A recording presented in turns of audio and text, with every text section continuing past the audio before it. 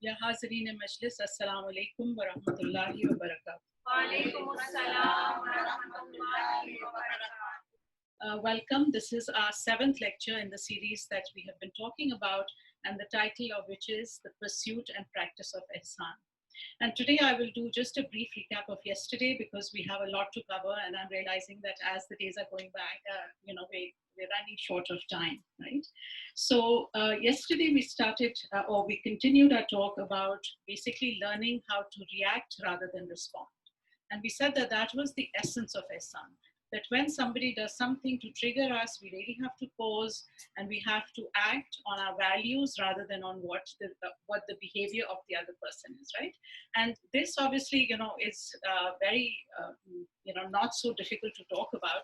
It's very challenging, as we discussed, to practice, and it is a practice. So in other words, if we feel that we're not good at it, welcome to the human race, right? That is what makes us human, that we get triggered. And the idea is to keep practicing, so the more we practice, the better we get at it.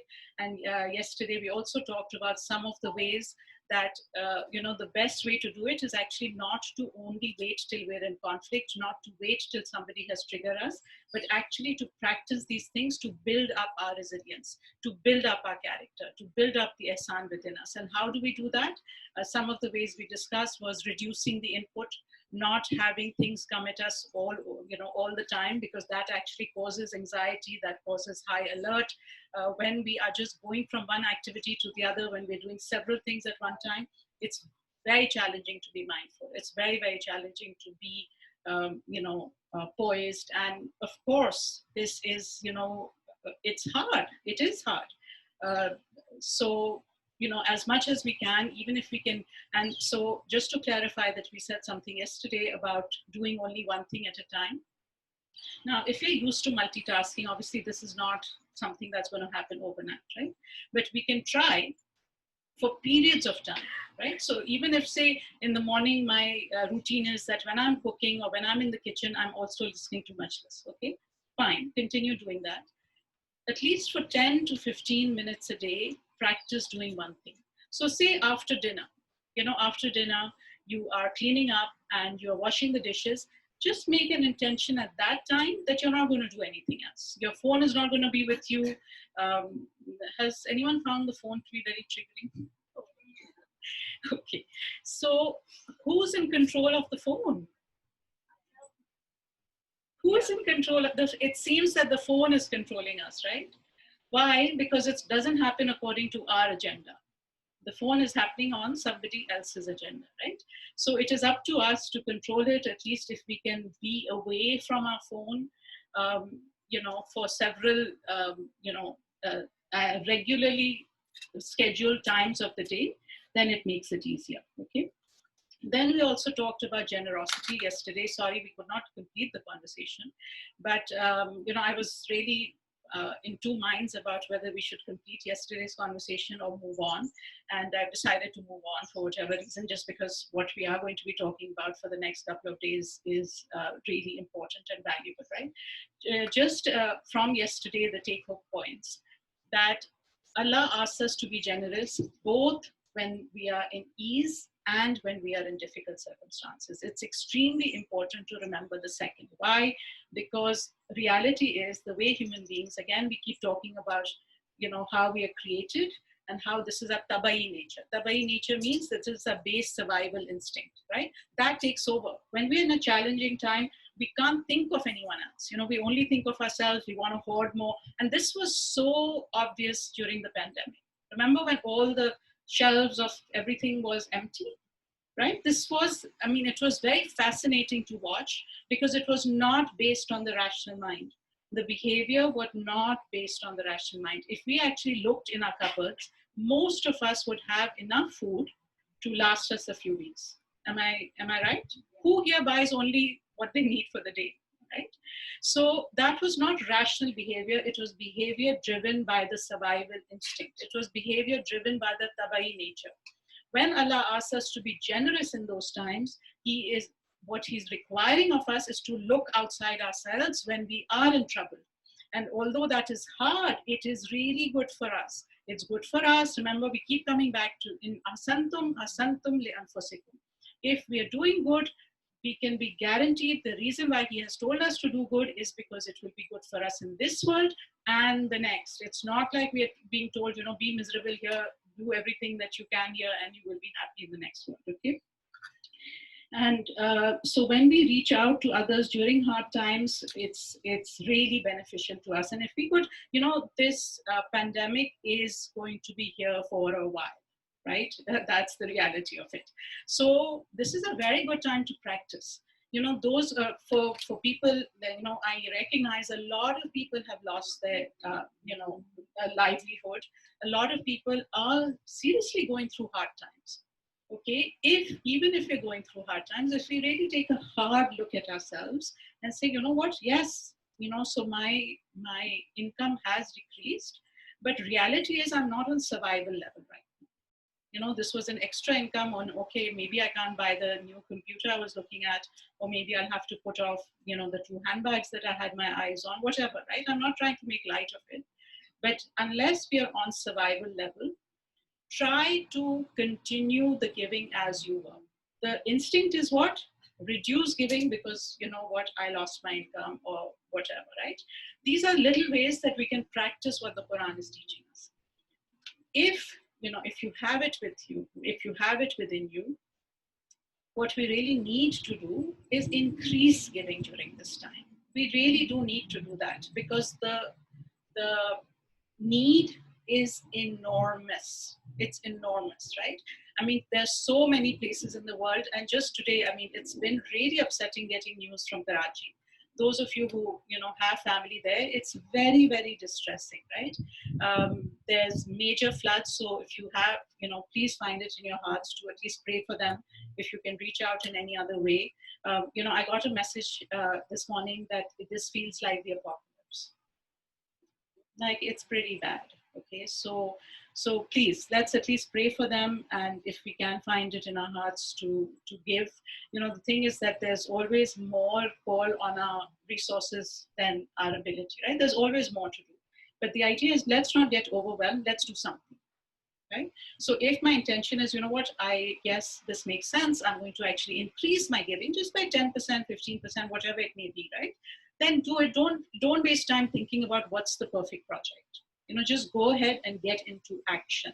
And on that note, I'm really grateful to those of you. I know I haven't had a chance to respond, for people who reached out and said, this made sense. I've actually started on Instagram, just like takeaways from the majalis.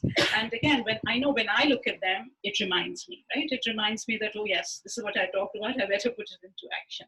So inshallah, keep doing that. I will try to get to respond to everyone in due time. But, one of the nicest messages I got, and I really have to, and this person is sitting here, so I don't want to embarrass her, but she said, I'm writing to you by email because I know if you get a WhatsApp message, it will stress you out, because when you read it, I know you've read it and you want to respond.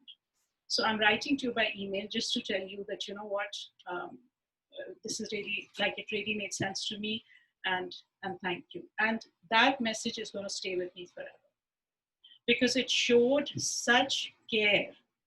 It showed that she was looking outside of herself and looking at how somebody else was experiencing life at that moment. Right? So bless her and thank you and salawat.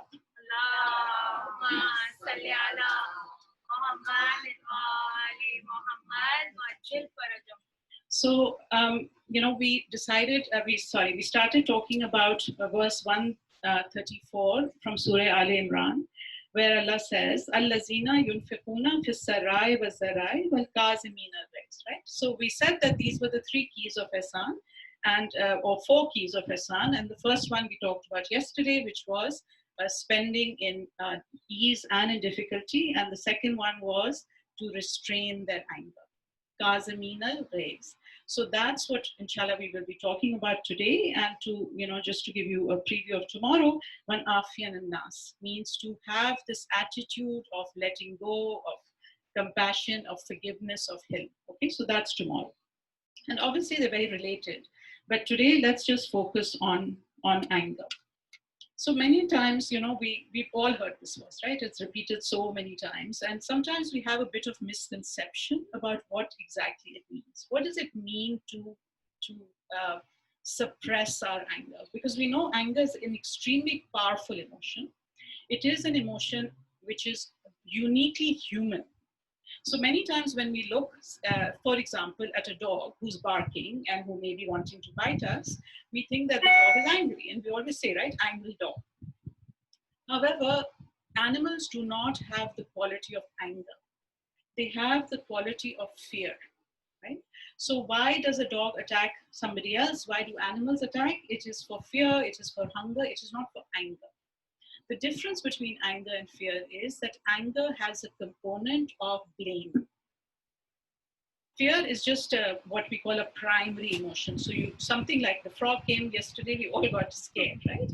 We didn't really blame the frog. We didn't blame the person that, why didn't somebody clean up after the frog? We were just all scared. If the difference with anger is that something outside of me is to blame and therefore I get angry. Okay, human, very human. Why? Because the ability to make meaning, we need our brains engaged in order to be angry. And sometimes what happens is we may feel rage. Rage is again a purer emotion. It's just you get very upset because something has triggered. But the way we keep that rage going is by our thoughts. Do you know what I'm talking about, right? So say somebody says something to me and it triggers me, okay? Now, generally I can, if I just let it go, okay, it was a hiccup. However, if I keep thinking about what that person did to me and why did they do this and they've always done this and they've done this for years and they did this 3 years ago and they did 10 years ago, what's happening? The thing that triggered me is no longer present.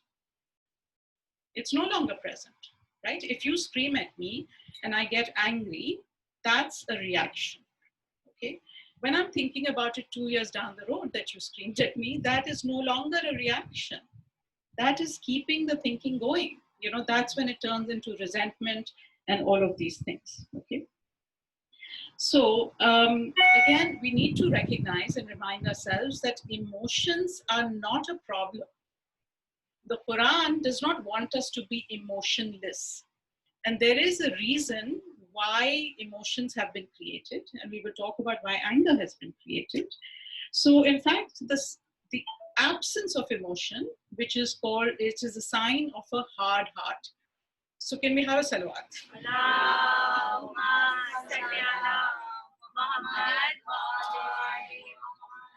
And just let's take a moment. My husband tells me every day, I tell him, I got distracted because of a phone call. And he said, but why don't you start every majlis by telling people to switch off their phones? And I said, because I simply don't remember.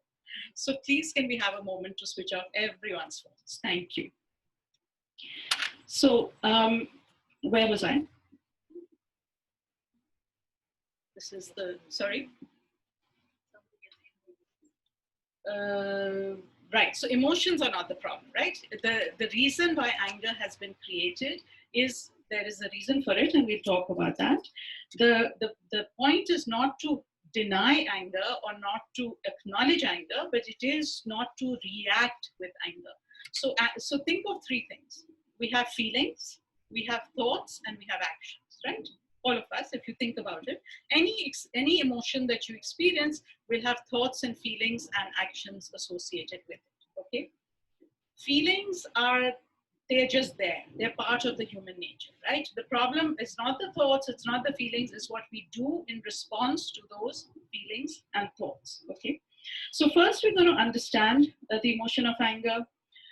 Then we'll really get in touch with why is this so destructive? Why has Allah asked us to put literally a big curb on it, okay?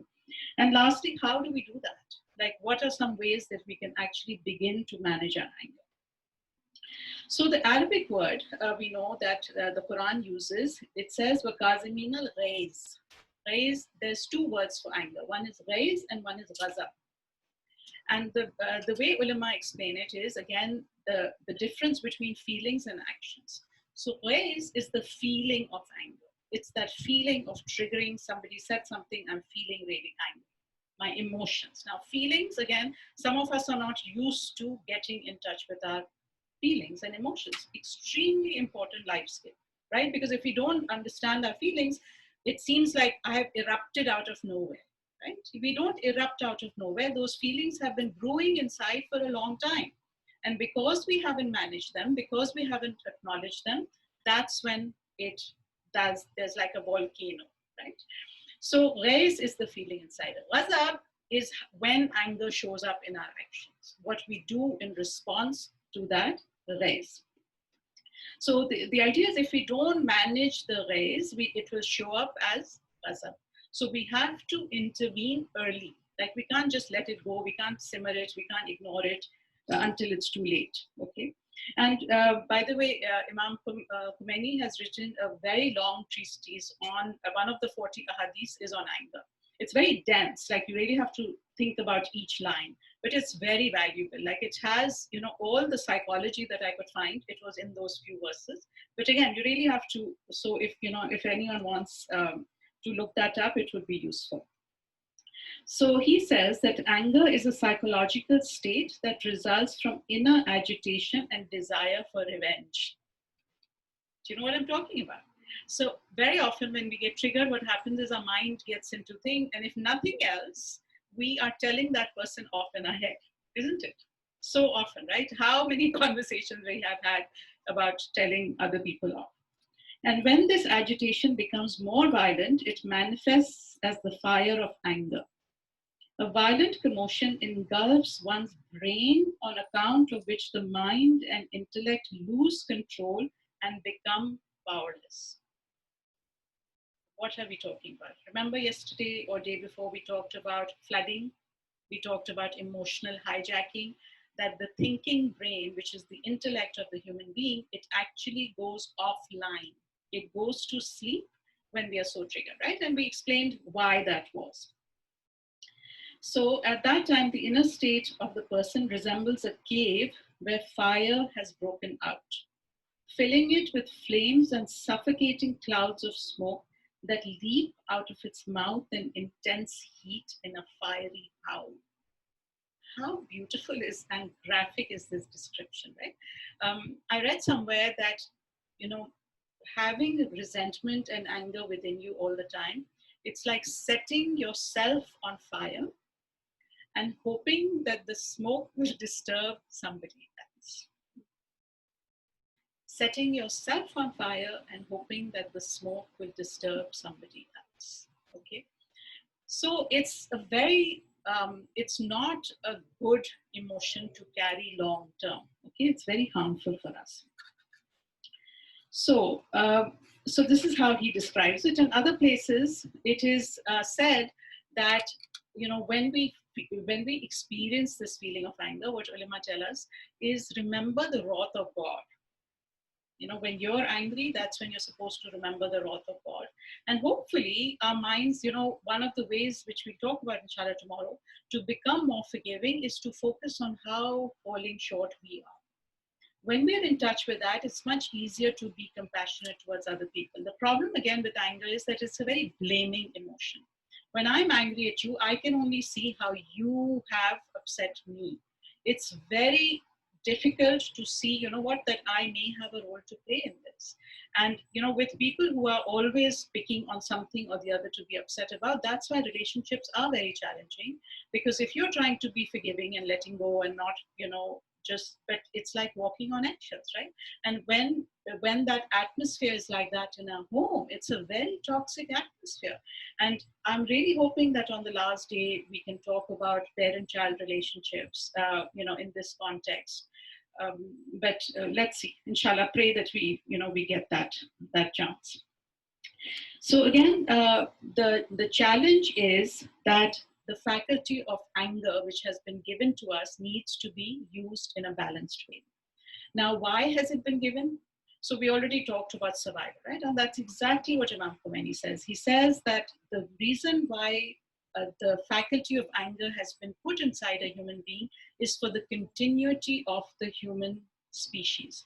Because what happens if we don't have anger? So remember, in Islam, it is, you know, emotions need to be balanced. An extreme of any emotion or even virtue is not a good thing.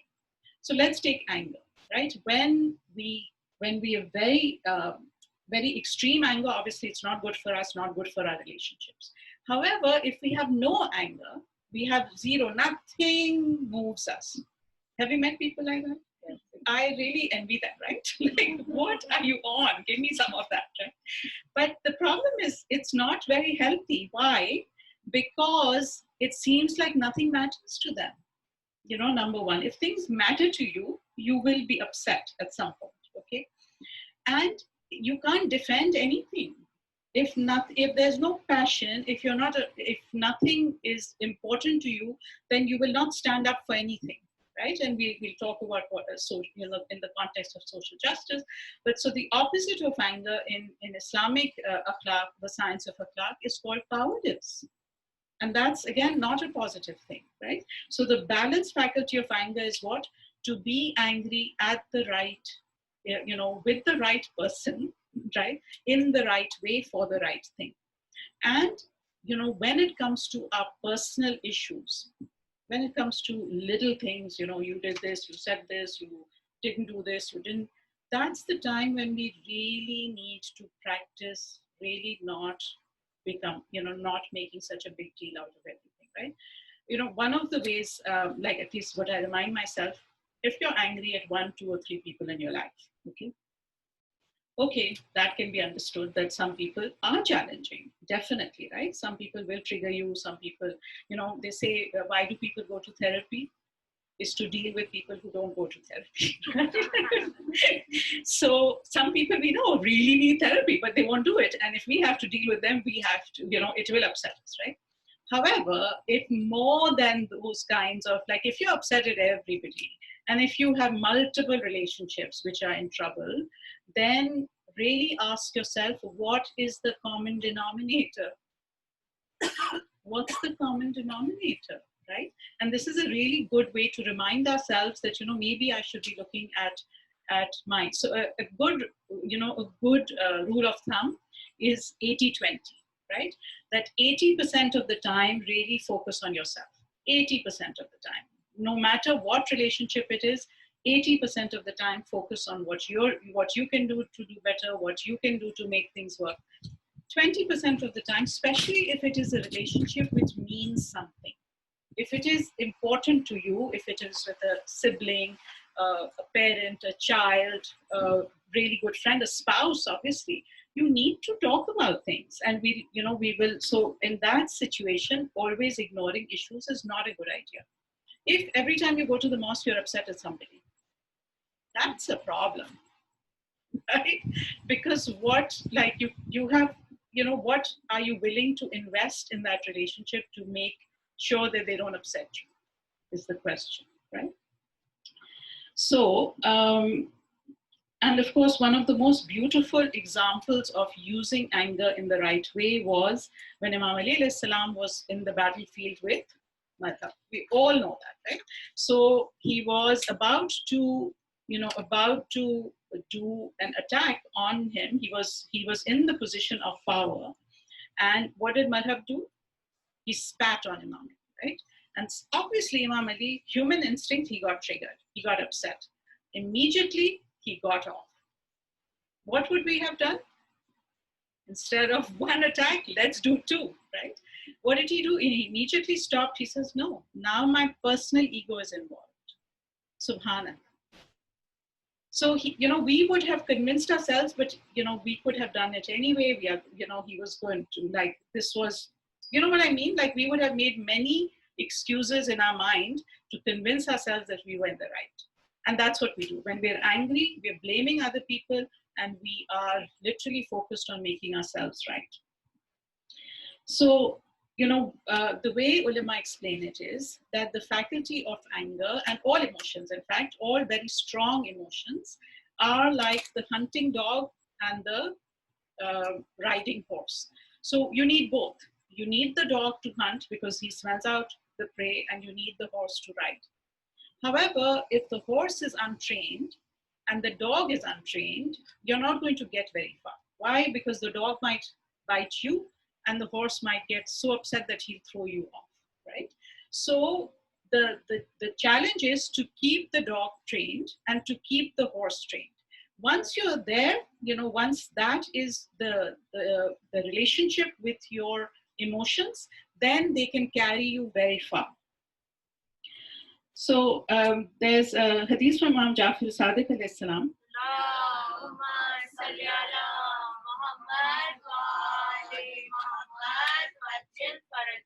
He says the true believer is such that when he gets angry, his anger does not take him away from that which is right. And when he is happy, his happiness does not lead him to commit anything wrong. And when he is empowered in any way, he does not take hold of more than his life needs. Okay? So again, it's not like the believer does not ever get angry. So we're going to take some examples, okay? So one of the examples I always used to use in terms of anger was that of a police force. But I'm not going to use that right now because there's a lot of controversy with police right now, right? And being mindful of that, let's take some other examples. So let's take an example of relationships, for example, okay? So can we have a salawat? I'm not sure what's happening.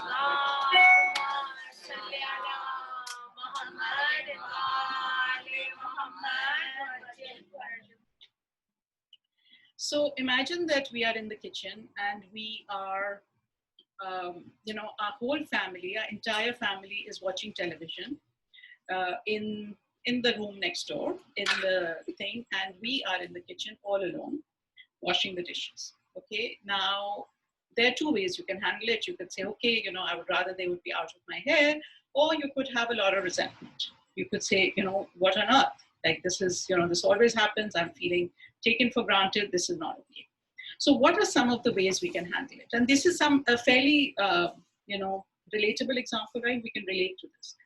So there's some ways that can happen, which, and the first way women, including me, really good at, right?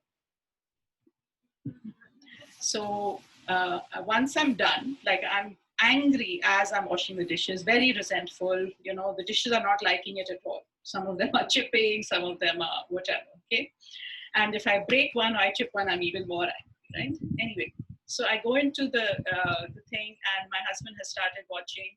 And this never happens in my house, okay, please. Just know this, like, when I give examples, I remember once talking about somebody being sick or something. And I just used my husband as an example, Bichara. He had no idea. You could start calling him to see if he was okay. So not in my house. My husband does a really good job cleaning in the kitchen, okay, at night. Alhamdulillah. So I go and I made a face and he's asked me, what's wrong? And I'm like, nothing, right? But it's showing, it's not nothing. It is showing in my behavior that I'm upset about something. That's one way to do it. The second way is, of course, bang, bang, bang in the kitchen. So everyone can hear, mama's not happy, okay? That's another way to deal with it. Third way to deal with it is I just shove it down, Kazaminal days. Like I have to just shove it down. Like don't express it, try to be this angel.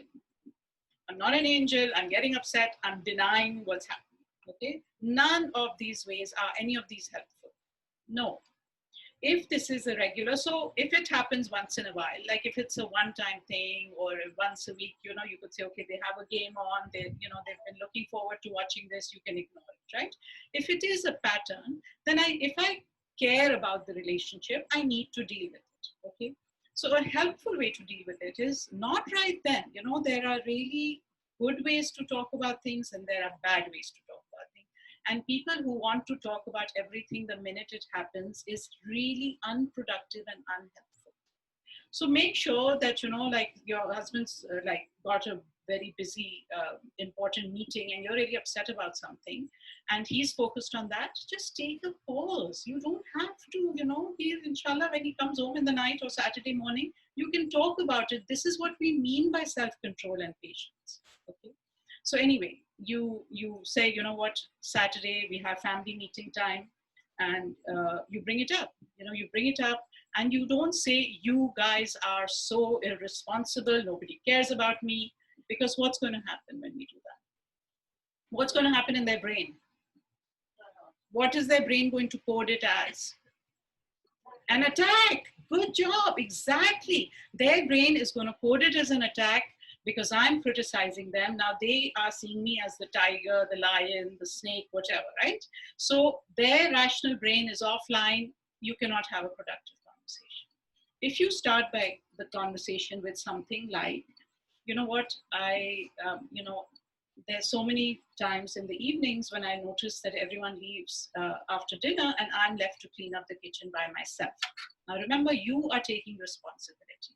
So what I experience when I'm washing the dishes is I can hear you guys having a good time and it's really upsetting for me. I feel resentful, I feel angry, I feel, why am I doing this alone?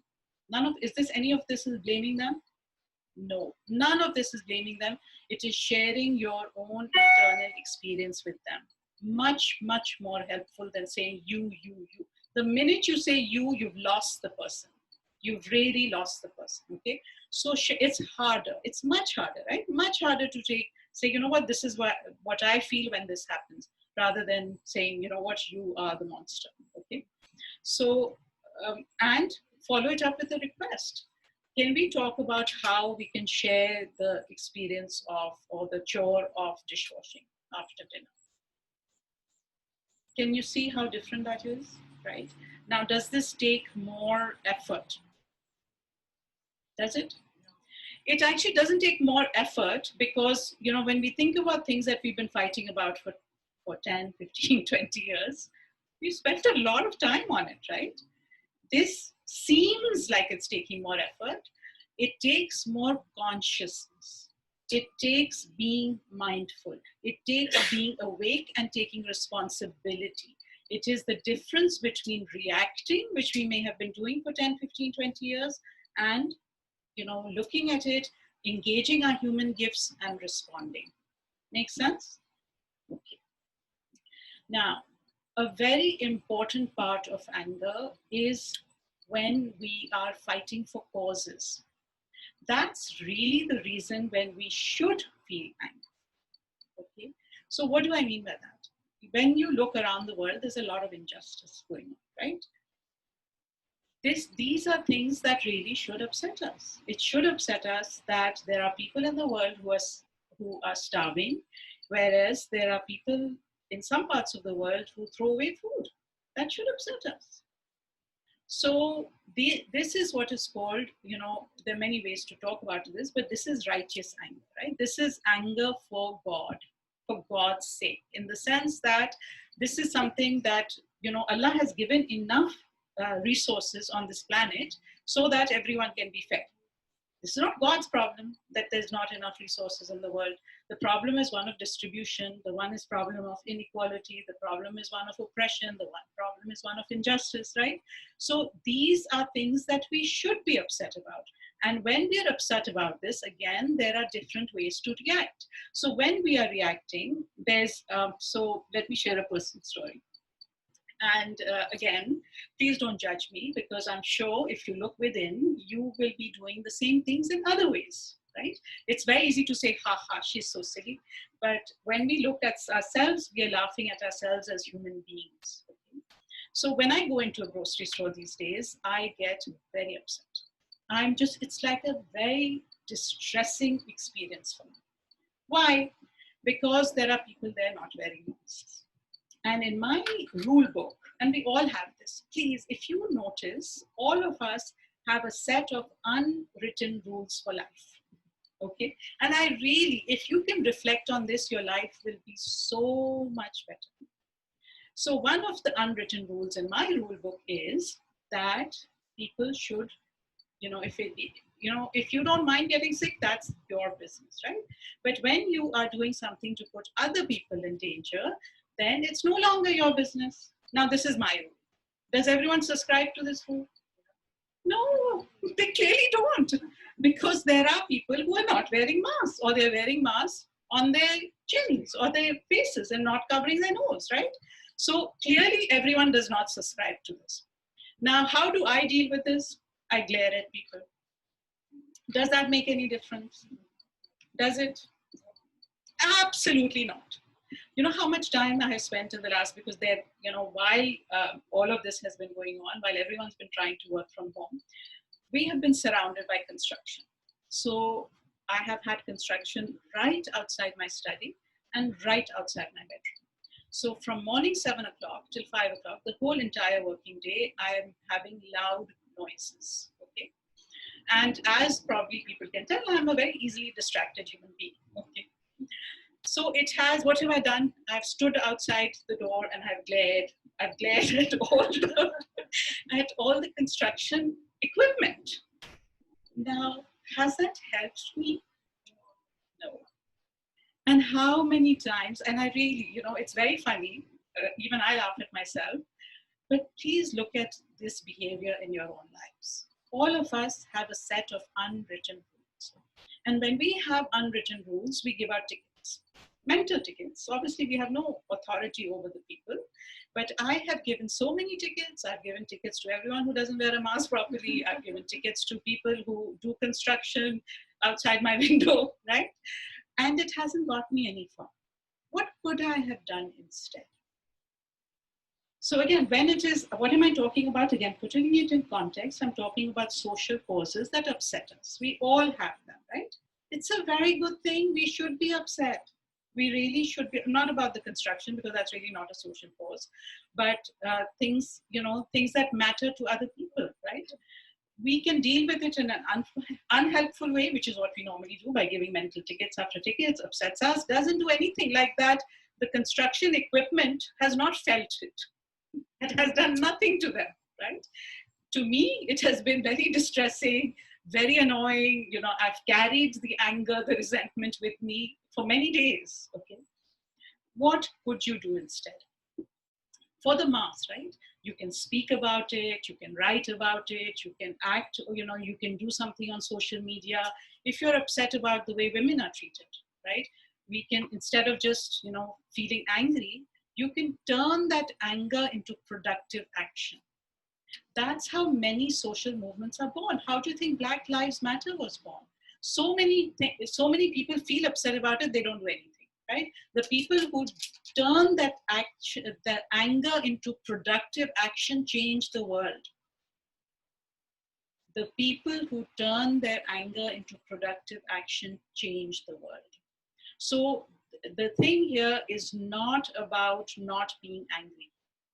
It is not about, dismissing our anger, right? It is about taking anger, taking passion that we have and using it for productive causes. Remember, we said that one of the keys to well-being is when we are so focused on small things that bother us, we should take on big problems in life, right? So if every little thing in my house is upsetting me, instead of focusing on how I can change everyone in my life and then I'll be happy, I need to, if I was focused on, protesting for Black Lives Matter, honestly, the 3 crumbs on the counter really would not matter to me so much. You see what I'm saying, right? Okay. So,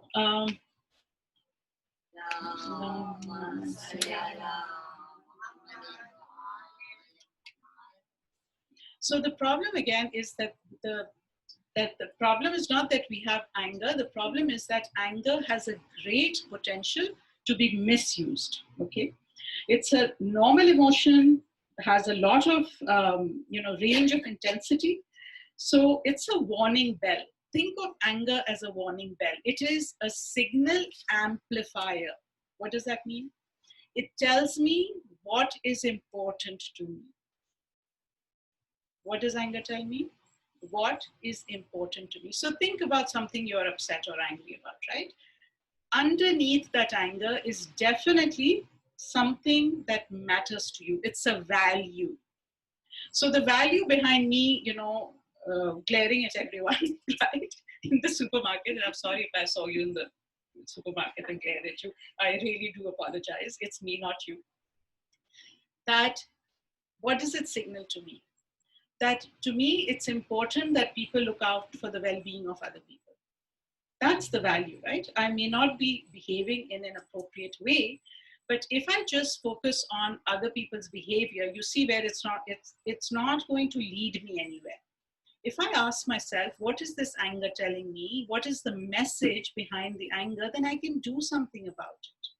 So again, if my family is continuously upsetting me, ask myself, why is this triggering for me? What is important? And if I figure out what is important to me and I communicate that to them, can you see how different my family life would be rather than just blaming them for doing X, Y, and Z, right? When we are only focused on the behavior, we get into this rut of trying to like, everyone is upsetting me, everyone is triggering me, and it makes us forget anyone else. It's really not a happy place for me to be, right?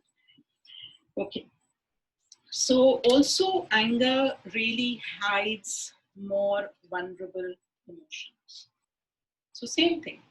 If I'm really angry about something, but the feeling is that I'm feeling helpless, I can't do anything about it, right? So let's take an example. I go to the hospital, astaghfirullah, my child is not well. Now I'm at the mercy of the doctors, I'm mercy of the system, I'm feeling really helpless. What do? I yell at them, I take out my anger at the doctor, I take out my anger at the nurse, I take out my anger. You see what I'm saying, right? But the problem is not their behavior, right? The problem is that I'm feeling helpless at this point because my child is sick and I cannot help my child. So instead of taking it out, instead of unleashing it on people, if I just pause for a moment and really ask myself, what is this anger telling me? It's a really good practice, really good practice. Every time you're triggered, ask yourself, what is this telling me? What is the quality? What is important? Okay. So, one thing we also need to recognize, why is this so important for women in particular? There's a lot of research that women tend to not deal well with anger. Men are like, they act it out, so they take it out. And once it's out, it's done. Women, because we've been socialized, don't speak up, don't speak back, don't say anything, I should be nice, I should be kind, we keep burying it, right? We bury it, we don't speak up, some of us are conflict avoidant. It shows up in our physiology. Unprocessed emotions will cause disease in our bodies eventually. So it is really important to actually ask these questions, to do something productive with the anger, then either unleash it or deny it. Both extremes are not healthy, okay? Also, when we get into this, when the hadiths tell us that anger is like insanity. So what Imam tells us is that anger is like an insanity. Its beginning is like craziness and its end is regret. And what he says is that if you keep getting angry, but you don't regret it, the insanity has become fixed. Like you're a crazy person, in other words. What does this mean? So what happens again, because we are not in touch with what the anger is telling us, what our true feeling is, right? And we are blaming somebody else, we get angry at them. We get angry, then what happens? Remember our internal gift, the gift of conscience. The conscience really makes us feel unsettled. It makes us feel yuck. It does not make us feel happy. And when we regret, again, there are two ways of dealing with it. So say we've taken it out on someone, and of course, as mothers, we do this, right? We do this to our children, unfortunately. Why are we getting angry at our children? Because when our children misbehave, it's telling me I'm not a good mother. 90% of the time, that's the reason. If my child is acting out in public, what am I feeling? I'm feeling helpless. I'm feeling people are watching me, right? And when people watch me, when you are with a young mother who is, clearly losing it, please be kind and compassionate. You have the ability to change that interaction. You really do. All of us do. Instead of looking at her like this, I mean, nobody who's been through mothering usually does that because we've been there, right? It's usually people who have forgotten or who are pre-mothers, right? Like I remember I used to be a perfect mother, and then I had kids. So if you see a mother acting out, just offer her a word of support that, what, it's okay. We're not judging you, like not in so many words. But the weight of other people's judgments makes us feel upset, angry, then we unleash it on somebody else, right?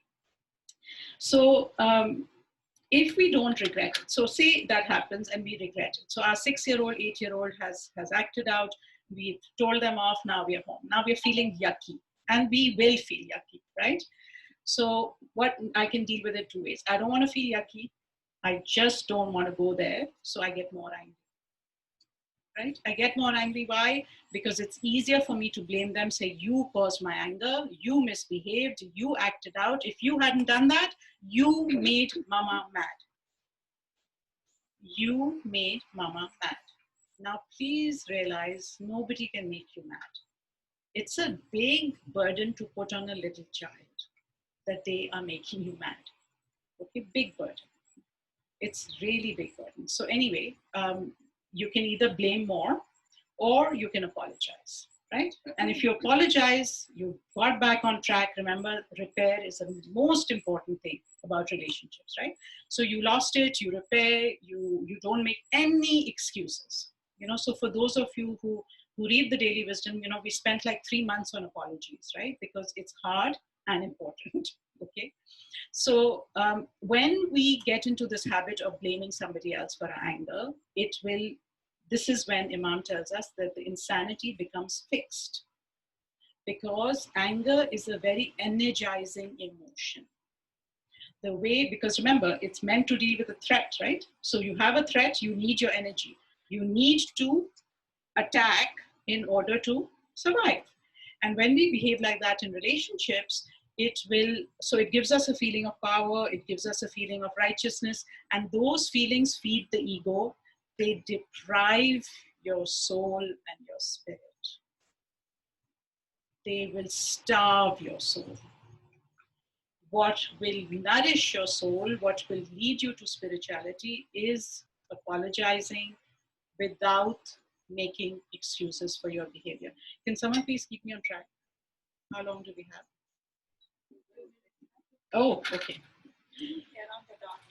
Okay, so now obviously we have not talked yet about what do we do with anger, like how do we actually manage it. So inshallah, we will talk about that tomorrow.